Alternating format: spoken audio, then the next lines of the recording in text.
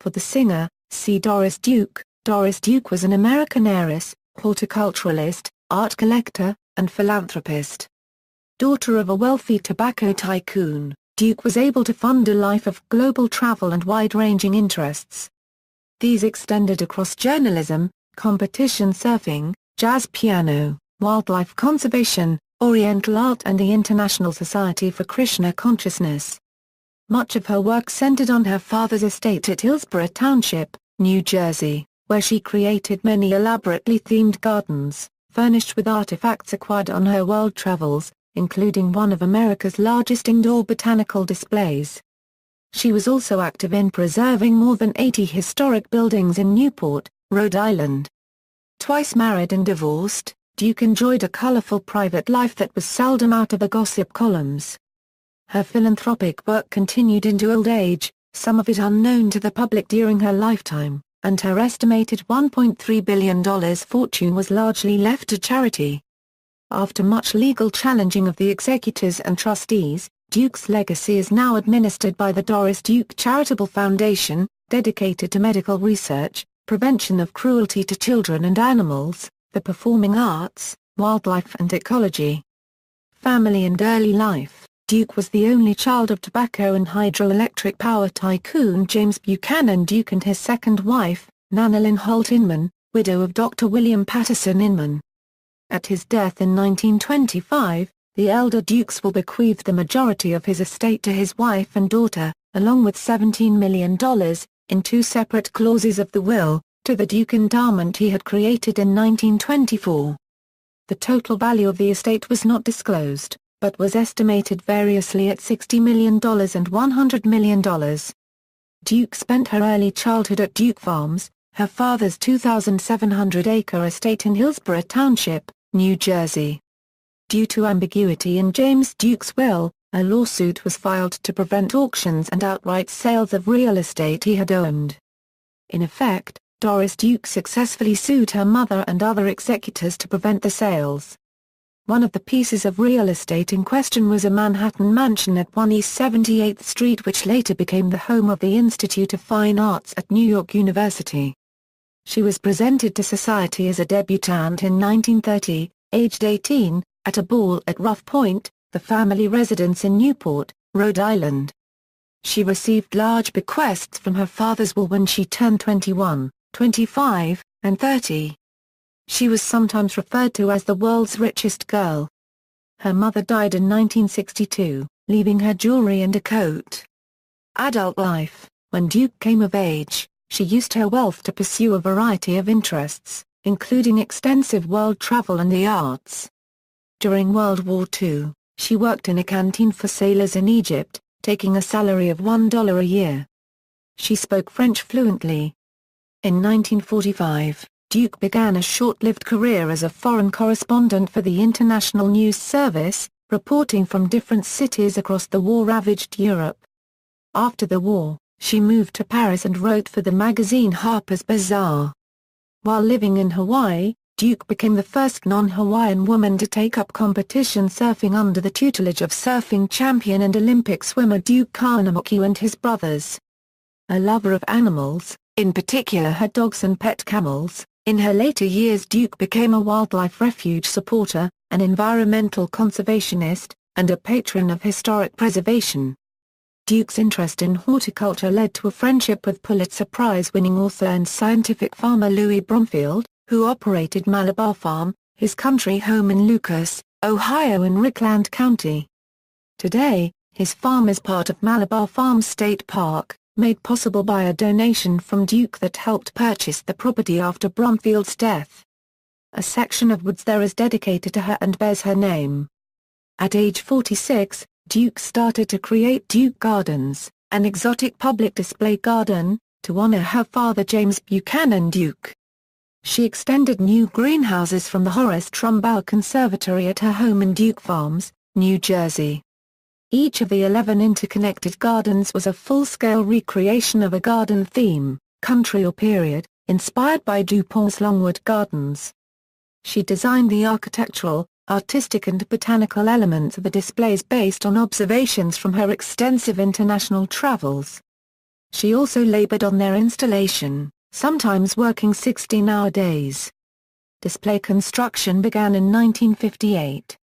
Duke had learned to play the piano at an early age and developed a lifelong appreciation of jazz and befriended jazz musicians.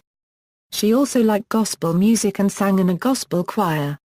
In 1966, Duke was behind the wheel of a rented car when it lurched forward and crushed interior designer Eduardo Tirella as he was opening the gates of the mansion they were restoring in Newport, Rhode Island. While it was ruled a freak accident by the police, Tirella's family sued and won $75,000 when Duke was found negligent. Homes. Duke acquired a number of homes. Her principal residence and official domicile was Duke Farms, her father's 2,700-acre estate in Hillsborough Township, New Jersey. Here she created Duke Gardens, 60,000-square-foot public indoor botanical display that were among the largest in America. Duke's other residences were private during her lifetime. She spent summer weekends working on her Newport Restoration Foundation projects while staying at Rough Point, the 49-room English manor-style mansion that she inherited in Newport, Rhode Island. Winters were spent at an estate she built in the 1930s and named Shangri-La in Honolulu, Hawaii. And at Falcon's Lair in Beverly Hills, California, once the home of Rudolph Valentino. She also maintained 2 apartments in Manhattan, a 9-room penthouse with a 1,000-square-foot veranda at 475 Park Avenue that is currently owned by journalist Cindy Adams, and another apartment near Times Square that she used exclusively as an office for the management of her financial affairs. She purchased her own Boeing 737 jet and redecorated the interior to travel between homes and on her trips to collect art and plants. The plane included a bedroom decorated to resemble a bedroom in a real house. Doris Duke had difficulty remaining in one place, and whenever she arrived somewhere, she had the desire to go somewhere else. Duke was a hands-on homeowner, climbing a ladder to a 3-story scaffolding to clean tile murals in the courtyard of Shangri-La, and working side by side with her gardeners at Duke Farms. 3 of Duke's residences are currently managed by subsidiaries of the Doris Duke Charitable Foundation and allow limited public access. Duke Farms in New Jersey is managed by the Duke Farms Foundation. A video tour of former Duke Gardens is available. Rough Point was deeded to the Newport Restoration Foundation in 1999 and opened to the public in 2000. Tours are limited to 12 people. Shangri-La is operated by the Doris Duke Foundation for Islamic Art. Small personal tours and an online virtual tour are available. Marriages and affairs. Duke married twice, the first time in 1935 to James H. R. Cromwell, the son of Palm Beach Society doyen Eva Stotesbury. Cromwell, a New Deal advocate like his wife, used her fortune to finance his political career. In 1940 he served several months as U.S. ambassador to Canada and ran unsuccessfully for the U.S. Senate. The couple had a daughter, Arden, who lived for only 1 day. They divorced in 1943. On September 1, 1947, while in Paris, Duke became the 3rd wife of Porfirio Rubirosa, a diplomat from the Dominican Republic. She reportedly paid his wife, Danielle Dara, $1 million to agree to an uncontested divorce. Because of her great wealth, Duke's marriage to Rubirosa attracted the attention of the U.S. State Department, which cautioned her against using her money to promote political agendas. Further, there was concern that in case of her death, a foreign government could gain too much leverage. Thus, Rubirosa had to sign a prenuptial agreement. During the marriage, though, she gave Rubirosa several $1 million in gifts, including a stable of polo ponies, sports cars, a converted B-25 bomber, and, in the divorce settlement, a 17th-century house in Paris. She had a number of relationships, but never remarried. One of Doris Duke's best friends was Brazilian socialite and jet-setter Oima copyright Ida Heron. She reportedly had numerous affairs, with, among others, Duke Kahanamoku, Errol Flynn, Alec Cunningham Reid, General George S. Patton, Joe Castro, and Louis Bromfield. Net worth: when J.B. died, he left a fortune valued at $100 million, with the lion's share going to Duke and her mother. Nanolyn was a shrewd businesswoman, often compared to the Witch of Wall Street Hetty Green, and when she died in 1962, she left her daughter, then estimated to be worth $250 million, a fortune tripled what JB had left her. This, added with the many stocks and investments JB had left to her, added to Duke's fortune considerably. With a base annual income of $35 million, Duke also earned interest from her numerous bank accounts, which totaled around $20 million and could not be touched by taxes. In addition, Duke also owned numerous shares in big-name companies, such as General Motors, and had a large financial team of bankers and accountants to manage her holdings. What many forget to include in Duke's holding was her priceless collection of artwork, which was said to include works by Picasso, Van Gogh, Rembrandt and Monet, as well as her valuable collection of Islamic and Southeast Asia art and furniture, which was also said to be priceless. Also in Duke's collection were over 2,000 bottles of rare wine and the extraordinary Duke collection of fine jewels. Duke also collected homes, and in addition to the family's 7,000 acres in Somerville, New Jersey, known as Duke Farms, which she controlled sole ownership of, Duke also owned properties in Newport, Rhode Island, Hawaii, New York City, Chicago, and Hollywood. Her total net worth, including all property, was valued at $5.3 billion.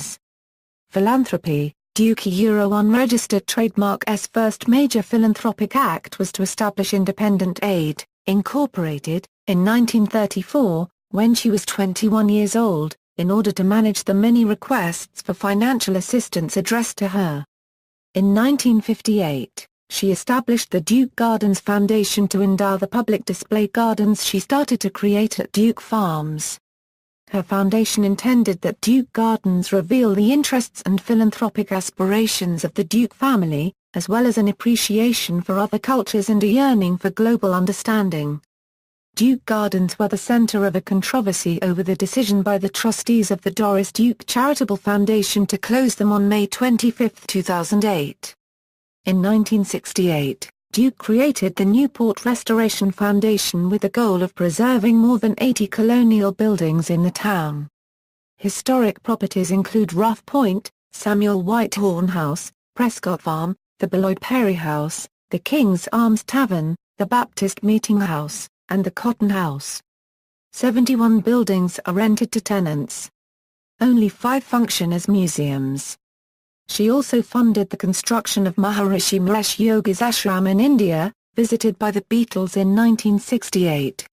Duke's extensive travels led to an interest in a variety of cultures, and during her lifetime she amassed a considerable collection of Islamic and Southeast Asian art. After her death, numerous pieces were donated to the Asian Art Museum of San Francisco and the Walters Art Museum of Baltimore. Duke did much additional philanthropic work and was a major benefactor of medical research and child welfare programs. Her foundation, Independent Aid, became the Doris Duke Foundation, which still exists as a private grant-making entity. After her death, the Doris Duke Charitable Foundation was established in 1996, supporting 4 national grant-making programs and Doris Duke's 3 estates, Shangri-La, Rough Point, and Duke Farms. Death. In 1992, at the age of 79, Duke had a facelift. She began trying to walk while she was still heavily medicated and fell, breaking her hip. In January 1993, she underwent surgery for a knee replacement. She was hospitalized from February 2 to April 15. She underwent a second knee surgery in July of that year. A day after returning home from this second surgery, she suffered a severe stroke. Doris Duke died at her Falcons Lair home on October 28, 1993, at the age of 80. The cause was progressive pulmonary edema resulting in cardiac arrest, according to a spokesman for Bernard Lafferty, the executor named by Duke's last will, who was with her at her death. Although Duke was cremated 24 hours after her death and her ashes scattered over the Pacific Ocean as her last will specified, her executor, Lafferty, also sent a small container of the ashes to Marshfield, Missouri, a town that Duke had grown to admire during her years as a world traveler. Duke had visited Marshfield during a large tent revival, where she enjoyed the music. Duke's ashes were buried in a local cemetery and a stone was placed to honor her memory. She was locally known as a philanthropist, since she often sent large sums of money for various projects, typically without publicity. Trusts and wills. Duke was the life beneficiary of two trusts created by her father, James Buchanan Duke, in 1917 and 1924. The income from the trusts was payable to any children after her death. In 1988, at the age of 75, Duke legally adopted a woman named Chandi Hefner, a 35-year-old Hare Krishna devotee and sister of the third wife of billionaire Nelson Peltz. Duke initially maintained that Hefner was the reincarnation of her only biological child Arden, who died soon after birth in 1940. The two women had a falling out, and the final version of Duke's will specified that she did not wish Hefner to benefit from her father's trusts. She also negated the adoption. Despite the negation, after Duke's death, the estate's trustees settled a lawsuit brought by Hefner for $65 million. In her final will, Duke left virtually all of her fortune to several existing and new charitable foundations. She appointed her Irish-born butler Bernard Lafferty as executor, who then appointed, as corporate co-executor, U.S. Trust Company. Lafferty and Duke's friend Marion Oates Charles were named as her trustees. However, a number of lawsuits were filed against the will. At death, Duke's fortune was estimated at $1.3 billion. The best-known lawsuit was initiated by Harry Dimopoulos. In an earlier will, Dimopoulos had been named executor and challenged Lafferty's appointment. Dimopoulos argued that Lafferty and his lawyers had cajoled a sick, sedated old woman into giving him control of her estate. Even more sensational accusations were made by a deathbed nurse, Tammy Payette, who contended that Lafferty and a prominent Beverly Hills physician, Charles Kivowitz, had conspired to hasten Duke's death with morphine and Demerol. In 1996, the year Lafferty died, the Los Angeles District Attorney's Office ruled there was no firm evidence of foul play. Duke University also filed suit, claiming entitlement to a larger share of the Duke assets than the $10 million provided in the will. Litigation involving 40 lawyers at 10 different law firms tied up the Duke estate for nearly 3 years. New York courts ultimately removed Lafferty for using estate funds for his own support and U.S. Trust for failing to do anything to stop him. The Surrogate Court of Manhattan overrode Duke's will and appointed new trustees from among those who had challenged it: Harry Dimopoulos, J. Carter Brown, Marion Oates Charles, the sole trustee from Duke's last will, James Gill, a lawyer, Nanal O'Keohane, president of Duke University, and John J. Mack, president of Morgan Stanley. The fees for their lawsuits exceeded $10 million, and were paid by the Duke estate. These trustees now control all assets of the Doris Duke Charitable Foundation, which Doris Duke directed should support medical research, anti-vivisectionism, prevention of cruelty to children and animals, performance arts, wildlife, and ecology. The DDCF also controls funding for the 3 separate foundations created to operate Duke's former homes, the Doris Duke Foundation for Islamic Art, Duke Farms and Newport Restoration Foundation. The trustees have progressively reduced funding for these foundations, stating that Doris Duke's own works are perpetuating the Duke family history of personal passions and conspicuous consumption. Recently, these foundations have sold some assets and have closed Duke Gardens. Christie's, New York, published a heavily illustrated catalog of over 600 pages for its auction of the Doris Duke collection, sold to benefit the Doris Duke Charitable Foundation, which was held in New York City over 3 days in 2004. Doris Duke in popular culture. Several biographies of Duke have been published, most notably Stephanie Mansfield's The Richest Girl in the World. In 1999, a 4-hour made-for-television mini-series, based on Mansfield's book, was aired with the title Too Rich: The Secret Life of Doris Duke. Trust No One by Ted Schwartz with Tom Ribbock, was co-authored by one of Duke's staff. Her disinherited nephew, Pony Duke, and Jason Thomas published Too Rich: The Family Secrets of Doris Duke in 1996. Her life is also the subject of the 2007 HBO film Bernard and Doris, starring Susan Sarandon as Duke and Ralph Fiennes as the butler Lafferty. References. External links. Doris Duke Charitable Foundation, Doris Duke Biographical History and Archival Collections, Thomas D. McAvoy, James Cromwell, Doris Duke and Frank Murphy attending Jackson Day dinner, Doris Duke. Find a grave. Retrieved August 30, 2010. For the singer, see Doris Duke. Doris Duke was an American heiress, horticulturalist, art collector, and philanthropist. Daughter of a wealthy tobacco tycoon, Duke was able to fund a life of global travel and wide-ranging interests. These extended across journalism, competition surfing, jazz piano, wildlife conservation, Oriental art and the Inter's death in 1925. The elder Dukes will bequeath the majority of his estate to his wife and daughter, along with $17 million, in two separate clauses of the will, to the Duke endowment he had created in 1924. The total value of the estate was not disclosed, but was estimated variously at $60 million and $100 million. Duke spent her early twice married and divorced. Duke enjoyed a colorful private life that was seldom out of the gossip columns. Her philanthropic work continued into old age, some of it unknown to the public during her lifetime, and her estimated $1.3 billion fortune was largely left to charity. After much legal challenging of the executors and trustees, Duke's legacy is now administered by the National Society for Krishna Consciousness. Much of her work centered on her father's estate at Hillsborough Township, New Jersey, where she created many elaborately themed gardens, furnished with artifacts acquired on her world travels, including one of America's largest indoor botanical displays. She was also active in preserving more than 80 historic buildings in Newport, Rhode Island, led by the Doris Duke Charitable Foundation, dedicated to medical research, prevention of cruelty to children and animals, the performing arts, wildlife and ecology.